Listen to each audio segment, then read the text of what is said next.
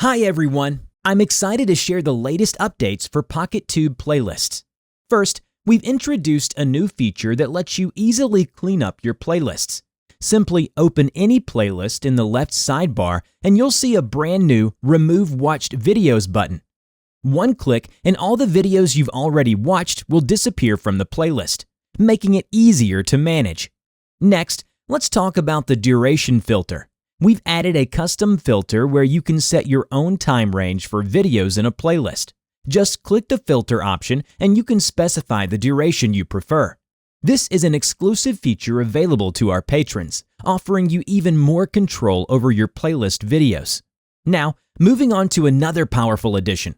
By clicking on PocketTube in the left sidebar and heading to the Playlist tab, click Set Groups option.